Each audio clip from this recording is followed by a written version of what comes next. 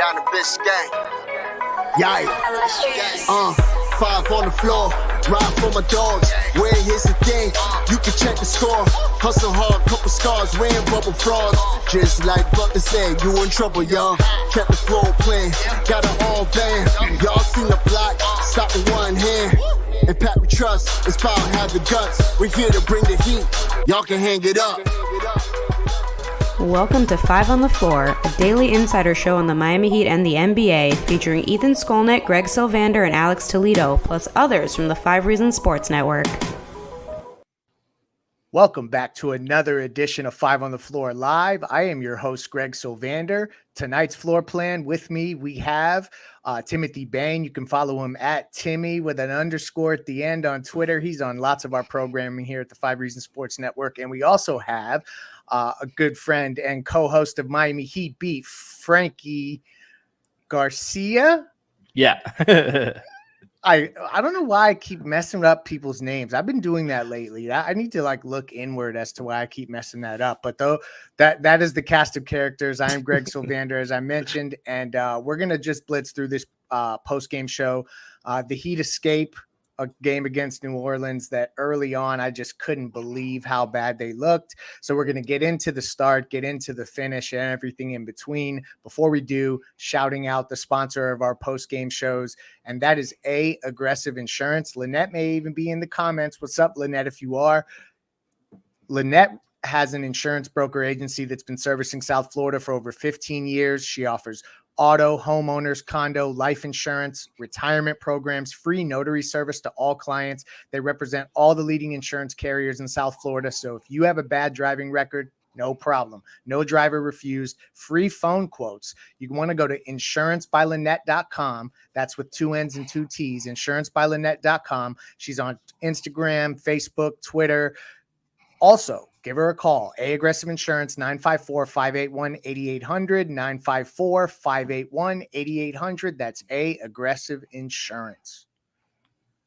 So the start of that game was just absolutely brutal. How are we going to make it through a season of this, y'all? My heart can't take too much of this. I expect, I did pregame. I was like, okay, it's going to be a good game, good start. I blink. I go to the kitchen to get something to eat. Deficit. What? It was 5 turnovers back to back. It was really ugly early. You're so right. And all of a sudden they found themselves down 16. Frankie, why the hell does the offense look so damn constipated? I that's the word I'm using because I think for explanatory power, it's how we all felt as fans trying to watch them figure this out. They are throwing 2 on Jimmy on the catch. And they don't know what, they started to figure it out as the game went on. So I guess we need to look at the full picture. But early, why is that it's stunting the offense? Why do you think that that's happening? Well, the lack of decisiveness is an issue. They catch it and hold too often and lets the defense recover back. And they anticipate the passes instead of reading the defense. They force a double, pass out to whoever's closest, whether it's Kyle or Tyler, and they try to reverse the ball, and the defense knows the reversal is the only option you have there. The guy doesn't try to force the issue, create a better passing lane attack, just little things like that they just kept doing over and over again. It was honestly, I used to coach JV basketball, and I had flashbacks this whole game, especially that second quarter. Oh my God. Yeah, and I know that there's a lot of buzz around at least social media today about Bally Sports Kids Night. People need to just let up on the kids, but also it kind of looked like amateur hour to start that game, Timothy. The Heat ended up with 3 fewer turnovers than the Pelicans. I think New Orleans ended up 24, Miami 21. What do you make of the offense? Because I don't think that I've had the chance to pick your brain about why because this is what keeps throwing me off. And I know these are counting stats, so bear with me. But they got 3 21-point per game scores, and they're last in the league in scoring. It doesn't compute. And is it as easy as the 3-point shooters aren't just making shots? What else could this offense have? Almost when I think about transactions, I'm like, do they need another volume scorer that needs the ball in his hands? Because they already got 3 21-point per game guys. So I'm interested how you think this offense can flow better. So today was a perfect day for me to be on post because I actually spoke this in pregame. I accepted last week that the Heat are an average team. Don't hit me, don't. But they are the average team. But it's not a bad team, an average team. And let me tell you what I've taken away. The biggest thing is both of the Heat's best two players operate in the same space. You always want your two best players to complement each other, inside out, outside in, mid range to the wings. Like you want both of your players to not live in the same house. They could be, next door in the same rooms, but you don't want your two best players to live in the same room because they get crowded. And it's not an ego thing. It's not even a clashing of styles thing in a sense that Jimmy is mad that Bob takes a mid range. It's the fact that it's a very clunky way to build an offense. Yes, it's a 3-point shooting. How do you go from being such a great 3-point shooting team to the worst, basically? But when you have Jimmy and Bam who exist at the free throw line in mid range, everyone else, literally everybody else has to be shooters, pure shooters. And yes, you have 3 average 21. You would think we would do more, but it's the edges. The Heat needs to fix the edges. There's no, when you have, I don't think no one is shooting 40% from 3 on this team. No. Which is rare. You usually have at least one guy who's over 41, and that makes things flow better, and it seeps to their mental because now Max, who was Mr. Maximilian, the Winter Soldier, all these things, the White Walker here with all of the confidence, now he's being a bit passive, and when your job is to shoot and you aren't shooting, you are mucking up the defense. Yes, Yeah. Lowry could get in the paint like he did the monster like what it was a minute or two. But you need Lowry to be hitting those open jumpers. You need and then start your third best player, Hero, who is a very, very good 3-point shooter. Who should play more like Klay Thompson he's just he's a good mid range shooter and he's taking advantage of it. But when Depot's gonna drive, Depot's gonna get to the rim, Depot's gonna do mid range, and he's taking the threes. You'd rather Hero or Lowry take that 3 than the Depot. So the offense is clunky because everyone is trying to do the same thing. Depot, if you consider Depot our 5th best player, that means Depot, Bam, and Jimmy all want to live in the paint. This is in the 70s or the 80s. That does not make a good offense. You need more. So when it comes to transactions, you do need to clear out these guys who either are afraid to shoot, can't shoot, won't shoot. For guys who will not shoot, I don't mean score. I mean will take and make open threes either at the corner or above the break. That's what's killing the offense. Everyone wants to live in the paint. Like I'm watching this Raptors and Knicks games now just to see because we need the Knicks loss to keep this lead going. And I've watched like 10 possessions and it's just moving clean up. I don't think they're better teams than Miami. Yeah. I think they're more talented than us. But they are taking the open 3. Sometimes it's that simple. Kyle Lowry took the open 3 in this game. In the 4th, at least. Oh my gosh, finally, I know. Because early on, it was like he's doing this again. Like, Frankie, like, this is crazy. Like, if you go watch Kyle Lowry in the bubble, he was like the pull-up 3 Someone master. posted it today. And I was like, who is this guy? You don't even recognize him. But tonight, let's give him his credit because in the 4th quarter, he came up big. I think he scored 7 straight at least. It was 9. It was 9 straight. What did you see in his disposition that changed? Is it just as easy as like that he made the decision to actually take the damn shots, or what changed it throughout the game, Frankie, from Kyle Lowry? Because he closed strong. It looked like just decision making, just being aggressive, living with the misses, and just being aggressive, just getting ahead of steam. We haven't seen much of Kyle in a while. A couple months now of him going downhill and trying to force the issue. And Tim mentioned the starting lineup and stuff, and a secret issue has been Caleb for a little bit because he mentioned Jimmy and Bam operating in the same place. Well, you get the guys going downhill and Caleb cutting down baseline, Jimmy cutting baseline and getting in the way, bringing their defender with them and just bringing 2 bodies inside. And it's a lot it's crowded basketball inside the paint. You want to open up the shooting. That's where they miss PJ. PJ would like to set a flare screen on the weak side sometimes instead of getting in the way and mucking up the offense. But Kyle being aggressive, going downhill, looking for contact. The Heat don't do a great job of initiating contact on drives, and that really hurts them. We've seen Depot do a decent job at that. He's one of the few guys that can get to the rim too. But Kyle just being assertive and not passing up those open shots, which him and Tyler did a lot of passing up open shots in the first half, and that really clunked up the offense. Yeah, Caleb, I like Caleb Martin a lot, and he is a player that can be in the rotation of a championship contender, I think. But they've kind of maxed him out at the 4 spot, playing with this smaller group. I feel like since he came back from his injury, he has his moments because Caleb is a good player and whatnot, but the shooting has been weird. Like, he looks a lot flatter. 1 for 9 from the floor today. Yeah. So like that, as we talk about like upgrades, I think it's pretty clear where they need the upgrade, and they definitely need that person to be able to shoot well.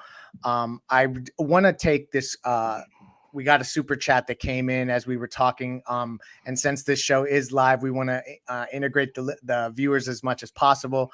This comes from Jason. Shout out to Jason for the $4.99 donation. Jimmy gets doubled, swings to a wide open Lowry, and dude swings it to Depot. Plays like that kill the offense. Yes, I yelled at my screen. I literally shouted at my screen.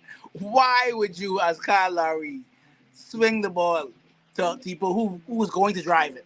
Why? Yep. I know. It's like almost being toxically what's the word I'm looking for? Where unselfish. That's exactly what I was trying to think of. Thank you. I'm like, here comes in another one from Corbs. Bojan Bogdanovic solves a lot of the issues. If you're really in win now mode, lose the draft pick. You know what? I'm all about giving up the draft pick at this point if they can make that type of move. There's been some scuttle that he's going to take more than 1 pick to acquire. I think that price is going to come down.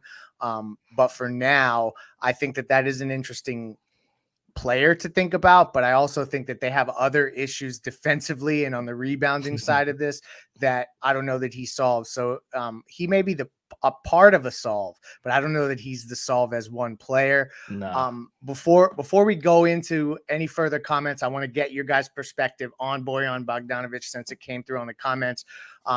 Shouting out Prize Picks. Everyone's playing Prize Picks this weekend because we got NFL, NBA going on. You got to use the code 5, FIVE. That's to get your initial deposit matched up to $100 on our Off the Floor subscriber feed on Winnow, which you can sign up. It's my pinned tweet for $305 a month, and we give you stats, text, rumors, stuff straight from the locker room, from the pressers, from Ethan, Brady, Alex, and I off the floor. We were going over Prize Pick stuff, and we're going to give away $100 if you sign up.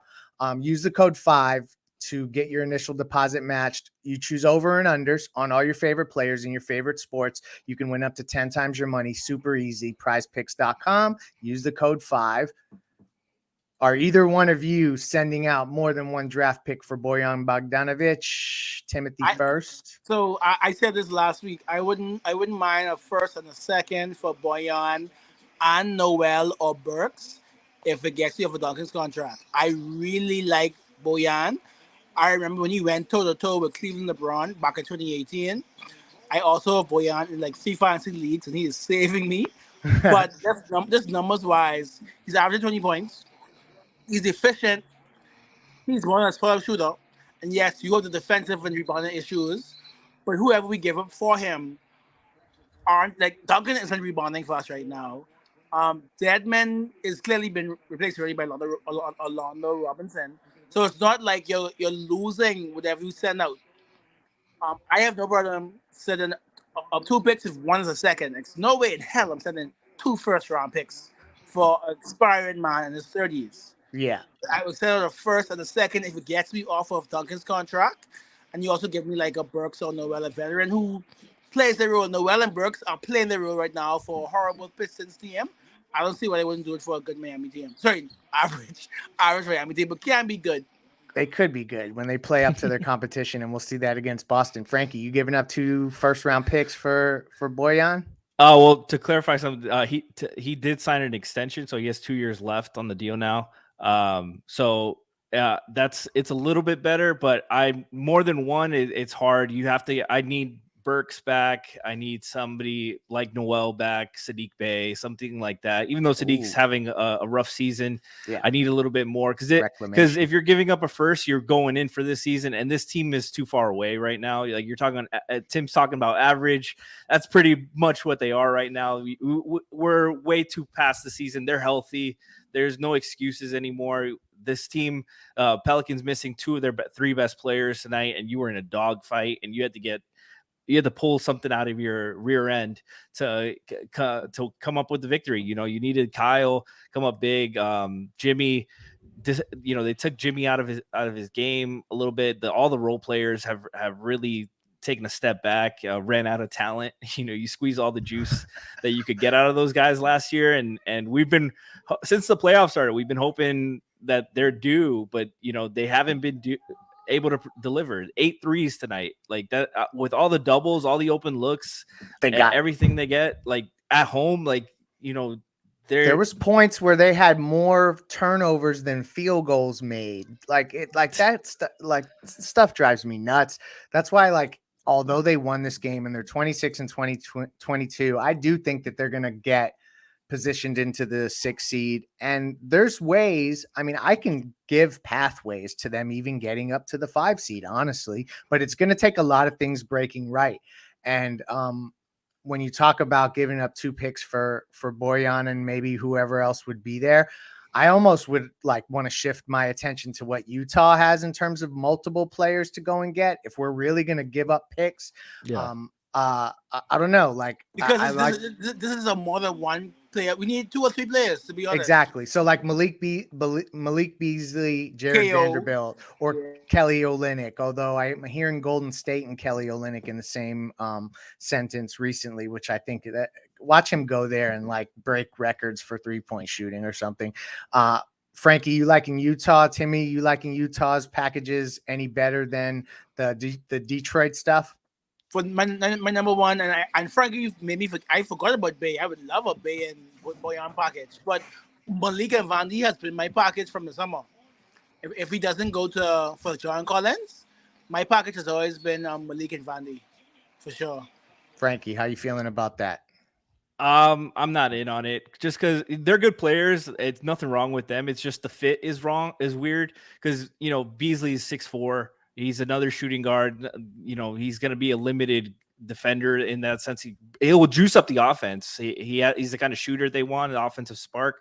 But he's too small. Defensively, he's going to get played off the court. You're going to want a backcourt of him and Tyler at times or Depot, and another guy who can't really defend. He can score, but it doesn't move the needle enough. And if you're probably going to have to give up a pick with every team being close and they're being sellers, Danny Ainge is going to ask for it. And Vanderbilt, I like him a lot, but he can't really shoot. And we've seen Spo not really trust anybody who can't really shoot. And next to Bam, you're gonna give up a first to put a guy that's not gonna play 15 minutes a game, basically be your backup 5. It doesn't make sense for Miami, in my opinion. Yeah, see, I can talk myself into it if I sit around enough, but I just can't forget the way that there used to be moments where Spo didn't trust KO and he would shelve him. I think even in the finals it happened where he didn't play at all. He had a DMP. So at that point, I started to just having is he really the solution or have we been down that road before? I see someone in the comments, Thomas shouts out Grant Williams. If it were the Heat's option, I think that would be the perfect player that they'd like to slot in long-term. And I think they'd be willing to do that, but I don't know that he'll be available. But they need some sort of dog that can play the 4, shoot, score. I don't want to turn this into a transaction show, but we just saw it so clearly. They're last in the league in scoring. They scored 100 and it was a struggle to get there. They do win. They do continue to remain basically in place for the 6th seed. So there are good things there. We're going to have you covered as the trade deadline gets closer. I appreciate Timothy and Frankie joining us on this program. Final thoughts from either of you gentlemen as it relates to this game or the upcoming game against Boston. I guess that's really where we should close. Timmy, you first. Frankie, you close on the Boston game coming up. So Smart hurt his ankle and is out. Time Lord hurt his knee and is out. Tatum is probably back. I hate how this team plays up to its potential, plays up to its opponent, because good teams play good all the time. But we know how Bam. I always have this joke that when you're in a group chat with somebody, you know about the Bam, Spider, and Tatum group chat. So Bam always kind of wakes up for these games against those guys, even if his teammates don't. So it'll be a good game, be a close game. We may even sneak one away. But I know you don't talk too much about trade, but I'm watching this game. Chris Boucher just had a block and a dunk on the same possession, and he makes like $1 million. Like, there could be a Gary Trent and Chris Boucher deal that changes his team, But we'll get to that when They may take Kyle back as like kind of the way Dwayne came back at the very end for Miami. That's the agenda that I think I'm heading in that direction of pushing. Frankie, what do you think about this Boston game? So let me frame it differently for you. Okay. Is it a measuring stick game? Like we're getting so close to the deadline that I feel like there is a little bit of a consensus among Heat fans that like this game is going to show some level of where this team is heading. It's an indicator moment. Are you buying that at all? Or like, this is it, what you've got. And this Boston game is not as big a matchup as maybe some Heat fans are making it out to be. I'm using the whole season as an indicator. I don't think they've earned anything as far like if they look good against Boston. They beat Boston on the road already. Right. That's when we thought it was turned around. Yeah. We've had about 8 games where we've thought they've turned things around, but this team's kind of just been, somebody mentioned before early this season, I think it was on, I think it might've been Tiff, but they had like a dog they had in them last year. They had a fight. So true. Where they were just hungry to win and battle. Like they were battling for loose balls. They were getting charges. They led the league in charges by like a million next to the second team. This year, you don't have that spirit. Like they're kind of waiting for things to happen. They're kind of expecting things to turn the corner instead of like making it happen. So I think this group's just gone stale, and I don't think a win against Boston, shorthanded Boston team is going to change anything. I think this team is who they are, and not to get into more transaction talk, but until moves are made, I don't think we can expect much more than Tim's heart attacks every other game. I have one more point I forgot to mention. So when Gabe and Max were here in the Bombers for the training camp, they both said that last season was the most basketball they've ever played in a year in their life. So like Frankie said, we've gotten blood from a stone. You've got what you can from these players. They are who they are. They were undrafted for a reason. Yeah. They're talented, but they need an injection. You're right. Max had the knee injury. Like Gabe has been dealing with knee irritation for a year. These guys are undrafted for a reason, or they were dropped. They have certain limitations, and they have. And it's not skills and talent, maybe athleticism. It's just like scale is the perfect word. It is stale. You don't eat food after a certain amount of months in your pantry because it's stale. You just sometimes if you can eat it, you will live, but you want a fresh taste in your mouth. This group, when it comes to the edges, have done their job. We need a new injection of life and energy and talent and skill. They look worn out, and so they need an Antoine Walker, J. Will, Posey type of like shakeup where it's 3 new players, or when it was Jay and Iggy, and they need that kind of thing to happen. I don't see any other way around it, right? I'm looking more at like I think it was the 2018 Cavs where they just shift everyone off the team. I was at work. Yeah, when Dwayne came back. Woo! I was like, what is happening? Yeah, I think they just need an extreme injection. You have guys like Vic, they need to make a decision on whether they're keeping Vic because he's going to opt out if he's healthy. Caleb pretty much has a 1 year left on his contract. He's got a player option. He's going to want a longer term deal to get paid. You got the undrafted guys, Max, Gabe, all these guys. You got Deadman. You need to refresh the role players around it if you're going to go for it. whether they should cash their chips and be sellers is another topic for another discussion. But if they're going to pick a direction, you got to go all in. No more 15th roster spot, saving it for luxury tax purposes. Like, be serious. The fan base isn't stupid. They've been around for winners. They know when they have a good team, and they know when they do not. And right now, I think this is very clearly an average team. You're right. And I see that the Hornets are selling off players. The Magic get Isaac back tomorrow. So Bamba is going from playing 2 minutes to 0 minutes. There are some teams that can really do a 3-4 player swap out. You're right. You're right. And those are the teams that will do it, because I think that there is a sentiment around the league that everybody feels like they're only 2 games out of whatever next spot up it is. Like, I saw someone tweet about the Clippers and said, like, they're as bad as they've looked lately, they're only 2 games out of the 5 seed or something like that. I think every team to some degree can say, I'm only 3 games out of the next seed up. And that is making it where you have teams not know if they want to be sellers, but there are the Orlandos and the Detroits and some teams that will be sellers. So I think you are onto something there, but Jonathan Isaac is not a Heat option. Let me just go ahead and make sure that everyone knows that we are clear about that. I will drive down there and make sure at the press conference it doesn't take place. No, I'm joking. Thank you for joining us, Timmy.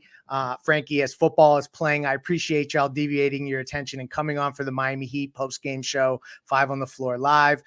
Manny was on the 1s and 2s. Thank you to Manny Chang. Thank you to Prize Picks. Thank you to Aggressive Insurance, insurancebyLynette.com. We will see you for Boston on Tuesday. Have a good night. Peace.